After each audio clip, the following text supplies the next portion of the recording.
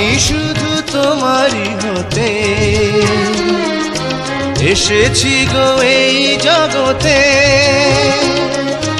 বেঁধে নেব ভাগ্য আমার বন্ধু তোমারই সাথে।